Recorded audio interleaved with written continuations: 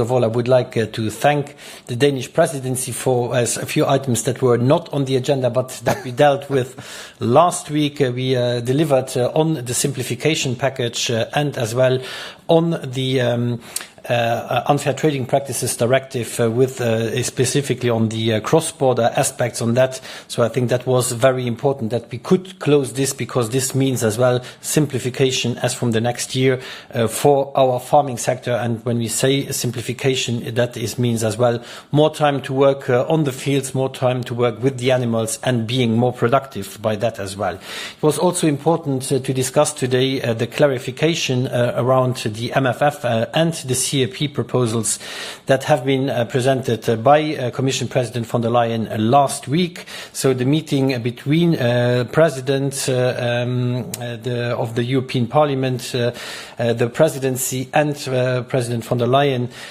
clarified and strengthened as well our objectives in 3 key areas on the target for rural areas, the spending target for rural areas. I think that was very important to show and to address the concerns that some have of a perceived loss of part of the second pillar.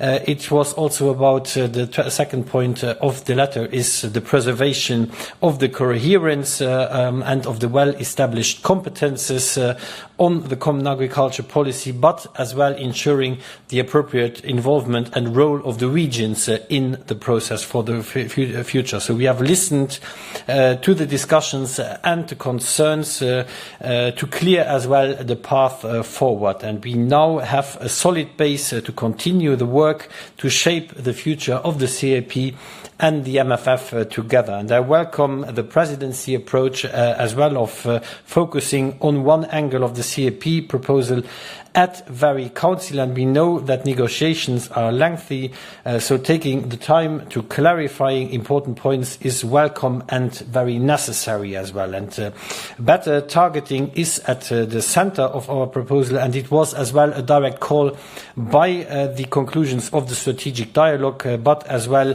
on the vision for the future of agriculture. So just a few figures to point out the importance of this discussion.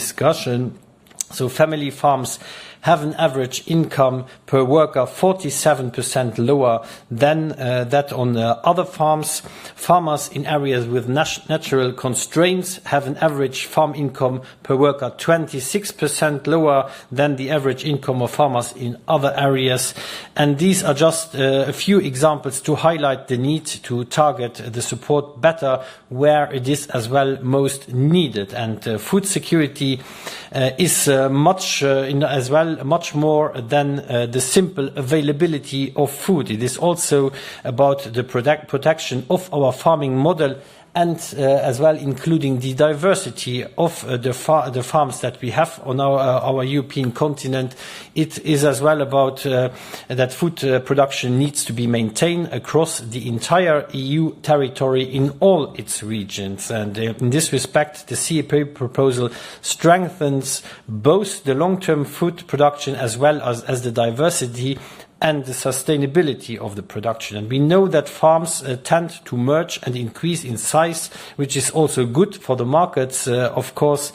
But studies show that the CAP has been a major force in slowing down this development by keeping small farms in business, also because they are important for the socio-economic reasons. And because it is important to prevent land abandonment, and because they provide public goods in terms of nature and landscape preservation, for instance, in mountain regions, but as well in certain more remote regions where without agriculture there would of course be as well the land abandonment and as well, for example, the risk of wildfire. So there is many of these elements are very important that we maintain the production in all our regions. And then we of course also discussed trade issues and the state of play on our agri-food trade flows.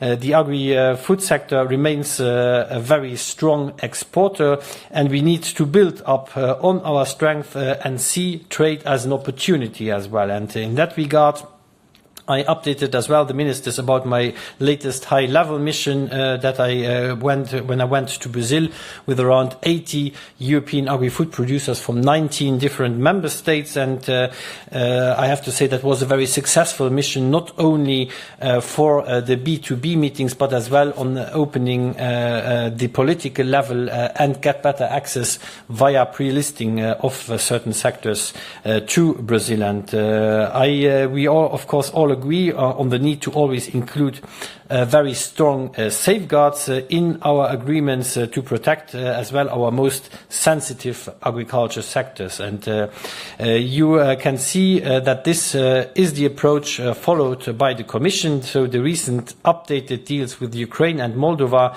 are prime examples of this, but also, of course, the unprecedented safeguards for the Mercosur agreement. And in that regard, our free trade agreements provide the best frame of action to open access to markets, protect our farmers, and promote our production standards. So I had two very interesting discussions today, and the rest of the day will, of course, be covered by my colleagues on doing fisheries and santé, so Commissioner Cadiz and Varela.